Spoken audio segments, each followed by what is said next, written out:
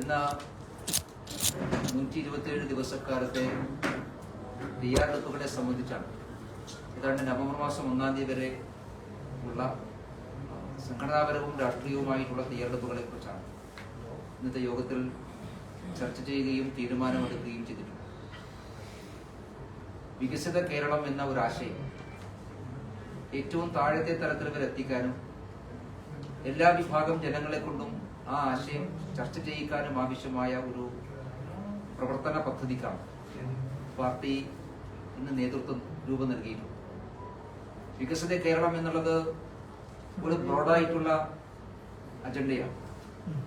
ആ അജണ്ട സാക്ഷാത്കരിക്കുന്നതിന്റെ ഭാഗമായി വികസിത വാർഡുകൾ ഉണ്ടാകണം എന്നുള്ളതാണ് പാർട്ടിയുടെ ആഗ്രഹം. അതനുസരിച്ച് കേരളത്തിലെ ഏതാണ്ട് 20,000-ഓളം വാർഡുകൾ അവിടുത്തെ എല്ലാ വിഭാഗം ആളുകളെയും സംഘടിപ്പിച്ചുകൊണ്ട് ആ വാർഡിന്റെ വികസനത്തെ സംബന്ധിച്ചുള്ള രൂപരേഖ തയ്യാറാക്കണം. അതിനാവശ്യമായ വിശദമായിട്ടുള്ള ചർച്ചകൾ ഉണ്ടാകണം. നാം പലപ്പോഴും മുകൾത്തട്ടിലാണ് വികസനത്തെക്കുറിച്ച് ചർച്ച ചെയ്യാറ്. കേരള വികസനത്തെക്കുറിച്ച് പലയാവർത്തി പല സംഘടനകൾ ചർച്ച ചെയ്തിട്ടുള്ള വിഷയമാണ്.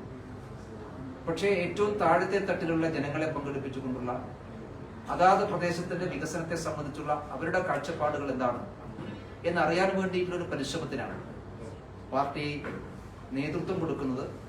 അതിനു വേണ്ടിയിട്ടാണ് വികസിത വാർഡുകൾ എന്നൊരു സങ്കല്പം മുമ്പോട്ട് വെച്ചിട്ടുള്ളത്. അത് സാക്ഷാത്കരിക്കാൻ ആവശ്യമായിട്ടുള്ള വിവിധങ്ങളായിട്ടുള്ള പരിപാടികൾ ഞങ്ങൾ സംഘടിപ്പിക്കുന്നു. അതിന്റെ ഭാഗമായി കേരളത്തിലെ എല്ലാ വാർഡുകളിലും ഒരു വികസിത ടീം ഞങ്ങൾ രൂപീകരിച്ചിട്ടുണ്ട്. 20,000-ഓളം വരുന്ന വാർഡുകളിൽ ഏതാണ്ട് 17,000-ഓളം വാർഡുകൾ ഇപ്പൊ BJP വികസിത കേരള ടീം എന്ന രീതിയിൽ ഒരു ടീം വികസിത കേരളം എന്ന ആശയം സാക്ഷാത്കരിക്കാൻ വേണ്ടിയിട്ടുള്ള ഒരു ടീമിനെ നിശ്ചയിച്ചിട്ടുണ്ട്.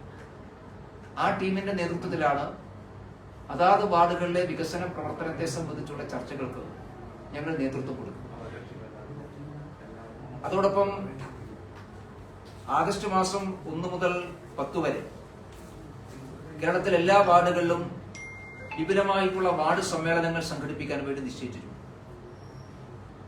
തദ്ദേശഭരണ സ്ഥാപനങ്ങളിലെ തയ്യാറെടുപ്പിന്റെ ഭാഗമായി ആ സമ്മേളനങ്ങൾ പ്രയോജനപ്പെടുത്തണം എന്നാണ് ഇന്നിപ്പോ പാർട്ടി തീരുമാനിച്ചിട്ടുള്ളത്. ആഗസ്റ്റ് 15-ാം തീയതി സ്വാതന്ത്ര്യ ദിനമാണ്. ആ ആഗസ്റ്റ് 15-ാം തീയതി കേരളത്തിലെ എല്ലാ വാർഡുകളിലും സ്വാഭിമാന ത്രിവർണ്ണ റാലികൾ സംഘടിപ്പിക്കാൻ വേണ്ടി നിശ്ചയിച്ചിട്ടുണ്ട്. സ്വാതന്ത്ര്യവും സ്വാഭിമാനവും നമ്മുടെ രാജ്യത്തിന്റെ വർത്തമാന കാലഘട്ടത്തിൽ ഏറ്റവും പ്രസക്തമായ 2 വിഷയമാണ്. രാജ്യത്ത് വ്യവസ്ഥാപിതമായി പ്രവർത്തിക്കുന്ന രാഷ്ട്രീയ പാർട്ടികൾ പോലും ശത്രു രാജ്യത്തിന്റെ PR ഏജൻസിയെ പോലെ പ്രവർത്തിക്കുന്ന ഒരു കാലഘട്ടത്തിൽ സ്വാതന്ത്ര്യത്തെക്കുറിച്ചും സ്വാഭിമാനത്തെക്കുറിച്ചുള്ള അവബോധം സമൂഹത്തിലെ എല്ലാവരിലേക്കും എത്തിക്കുക എന്നുള്ളതാണ് ഞങ്ങൾ ആഗ്രഹിക്കുന്നത്. പ്രത്യേകിച്ചും കഴിഞ്ഞ 11 വർഷമായിട്ടുള്ള നരേന്ദ്രമോദി സർക്കാരിന്റെ കീഴിൽ രാജ്യം കൈവരിച്ചിട്ടുള്ള അഭിമാനകരമായിട്ടുള്ള നേട്ടങ്ങൾ ഈ സ്വാതന്ത്ര്യദിന ആഘോഷ പരിപാടിയിൽ ജനങ്ങളുമായി സംവദിക്കാൻ ഞങ്ങൾ ആഗ്രഹിക്കുന്നുണ്ട്. അതിന്റെ കൂടെ അടിസ്ഥാനത്തിലാണ് എല്ലാ വാർഡുകളിലും സ്വാഭിമാന ത്രിവർണ്ണ റാലികൾ ഞങ്ങൾ സംഘടിപ്പിക്കും. ജൂലൈ മാസം 13-ാം തീയതി പാർട്ടിയുടെ ബഹുമാനനായിട്ടുള്ള മുൻ ദേശീയ അധ്യക്ഷനും കേന്ദ്ര ആഭ്യന്തരമന്ത്രിയുമായിട്ടുള്ള അമിത്ഷാജി കേരളം സന്ദർശിക്കുകയാണ്. 13-ാം തീയതി കേരളത്തിലെ 7 റവന്യൂ ജില്ലകളിലെ വാർഡ് വികസിത ടീം മെമ്പർമാരുടെ യോഗത്തിൽ ഏതാണ്ട് 60,000-ഓളം ആളുകൾ പങ്കെടുക്കുന്ന വലിയ സമ്മേളനമാണ്. തിരുവനന്തപുരത്ത് വെച്ചാണ്. ആ സമ്മേളനത്തിൽ അദ്ദേഹം സംബന്ധിക്കും.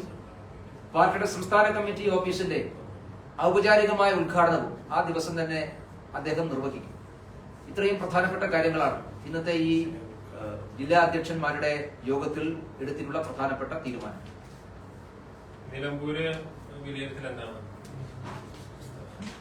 നിലമ്പൂരിൽ എല്ലാ പ്രതിബന്ധങ്ങളെയും അതിജീവിച്ചുകൊണ്ട് മുമ്പോട്ട് പോകാൻ സാധിച്ചു എന്നുള്ളതാണ് ഞങ്ങളുടെ വിലയിരുത്തൽ. ഞങ്ങളുടെ നിലമ്പൂരിലെ ജനങ്ങളുടെ മുമ്പാകെ ഞങ്ങൾ വെച്ചിട്ടുള്ള രാഷ്ട്രീയം നിലമ്പൂരിലെ ജനങ്ങൾ സ്വീകരിച്ചു എന്നുള്ളത് തെളിവാണ്.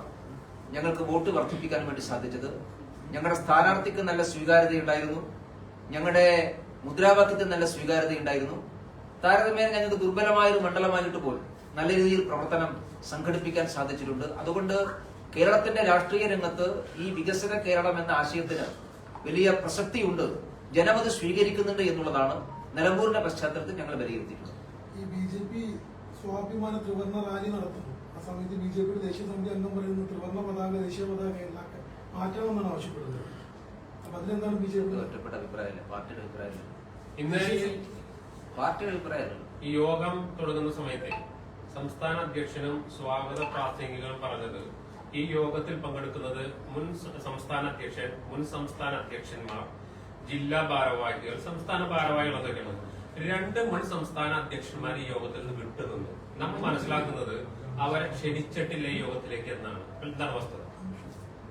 ഒന്നിന്റെ സംസ്ഥാന നേതൃയോഗമായിരുന്നില്ല, ഒരു ജില്ലാ പ്രസിഡന്റുമാരുടെയും ജനറൽ സെക്രട്ടറിമാരുടെയും കഴിഞ്ഞ കുറച്ചു കാലമായി എടുത്തിട്ടുള്ള ചില തീരുമാനങ്ങളുടെ ബിസിനസ് ലൈറ്റ് മീറ്റിംഗ് ആയിരുന്നു. വിപുലമായുള്ള സംസ്ഥാന കോർ ഗ്രൂപ്പ് യോഗം 30-ാം തീയതി തിരുവനന്തപുരത്ത് കൂടുകയാണ്. ഇതിൽ ചില വിഷയങ്ങളെ സംബന്ധിച്ച് സംസാരിക്കേണ്ട ആളുകൾ മാത്രമേ ഈ യോഗത്തിൽ വന്നിട്ടുള്ളൂ. ജില്ലാ പ്രസിഡന്റുമാരുടെ മീറ്റിംഗ് ആയിരുന്നു. സംസ്ഥാന അധ്യക്ഷൻ വിളിച്ചു ചേർത്തുള്ള ജില്ലാ പ്രസിഡന്റുമാരുടെ മീറ്റിംഗ് ആണ്.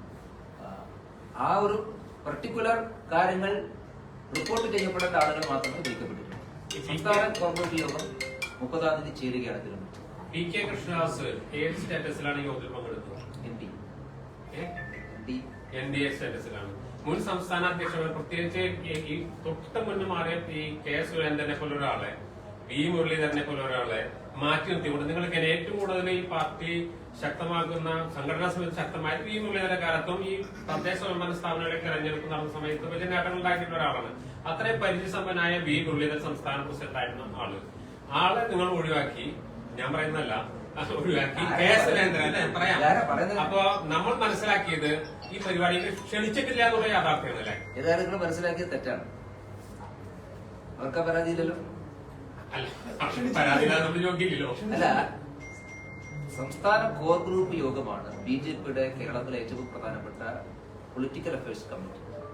ആ യോഗം 30-ാം തീയതി കൂടാനിരിക്കുന്നു. ഞങ്ങൾ രാഷ്ട്രീയ കാര്യങ്ങളെ സംബന്ധിച്ച് ചർച്ച ചെയ്യുന്ന വേദി അതാണ്, അവിടെയാണ് വിലയിരുത്തുന്നത്. ഇന്ന് പഞ്ചായത്ത് തദ്ദേശഭരണ സ്ഥാപനങ്ങളുടെ തെരഞ്ഞെടുപ്പുമായി ബന്ധപ്പെട്ട് ജില്ലാ പ്രസിഡന്റുമാരുടെ റിപ്പോർട്ടിംഗ് മീറ്റിംഗ് ആയിരുന്നു. അതിലെല്ലാ ജില്ലാ പ്രസിഡന്റുമാരും ജനറൽ സെക്രട്ടറിമാരും വന്നിട്ടുണ്ട്. വരാത്ത സംസ്ഥാന തലത്തിൽ പ്രവർത്തിക്കുന്ന ധാരാളം ആളുകളുണ്ട്. ഇന്നത്തെ യോഗത്തിൽ ബി.ജെ.പിയുടെ ഒരു സമീപനം എല്ലാ യോഗത്തിലും എല്ലാവരും വരിക എന്നല്ല, ഓരോ യോഗത്തിലും പങ്കെടുക്കേണ്ട ആളുകൾ വരും. ചില യോഗത്തിൽ ഞാൻ പങ്കെടുക്കില്ല. ഓരോരുത്തരും പങ്കെടുക്കേണ്ട യോഗത്തിലാണ് പങ്കെടുക്കുക. കേരളത്തിലെ പൊതു രാഷ്ട്രീയ സാഹചര്യങ്ങളും ബി.ജെ.പിയുടെ സംഘടനാ സാഹചര്യങ്ങളും വിഷയങ്ങളൊക്കെ ചർച്ച ചെയ്യുന്ന കോർ ഗ്രൂപ്പാണ്. അത് 30-ാം തീയതി തിരുവനന്തപുരത്ത് കൂടാനിരിക്കുന്നേ ഉള്ളൂ. അന്ന് തിരുവനന്തപുരത്ത് നിങ്ങളുടെ സഹപ്രവർത്തകരോട് ചോദിച്ചാൽ എല്ലാവരും ഉണ്ട് നിങ്ങൾക്ക് ഉറപ്പുവരുത്താൻ സാധിക്കും. കേരളത്തെ സംബന്ധിച്ചും ബി.ജെ.പിയെ സംബന്ധിച്ചോ അല്ലെങ്കിൽ രാഷ്ട്രീയ പാർട്ടികളെ സംബന്ധിച്ച് ഏറ്റവും പ്രധാനപ്പെട്ട ഒരു ഇവന്റ് എന്ന് വരാൻ പോകുന്നത് തദ്ദേശ സ്വയംഭരണ സ്ഥാപനങ്ങളിലെ തെരഞ്ഞെടുപ്പാണ്. ആ തെരഞ്ഞെടുപ്പിന്റെ ഒരുക്കത്തിന്റെ ഏറ്റവും പ്രധാനപ്പെട്ട യോഗത്തിൽ ഈ പാർട്ടിയെ ദീർഘകാലം നയിച്ച 2 സാരഥികൾ പങ്കെടുക്കേണ്ടെന്ന് തീരുമാനിക്കുന്നതിലെ ഒരു സാങ്കേതികത മനസ്സിലാവാത്തത്.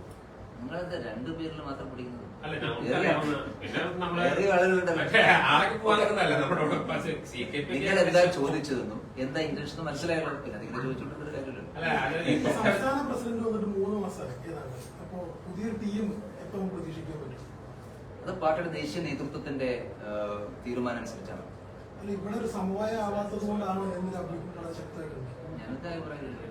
ഞങ്ങൾക്ക് ആർക്കും ഇല്ലാത്ത പരാതികൾ അനുസരിച്ച്. അല്ല, പാർട്ടിക്കാരനാണ് നമ്മളോട്. ഏത് പാർട്ടിക്കാരൻ നിങ്ങളോട്? പാർട്ടിക്കാരൻ ഞങ്ങളോട് പറയട്ടെ. പാർട്ടിയുടെ സംസ്ഥാന ഭാരവാഹികളെ നിശ്ചയിക്കേണ്ടത് ദേശീയ നേതൃത്വം.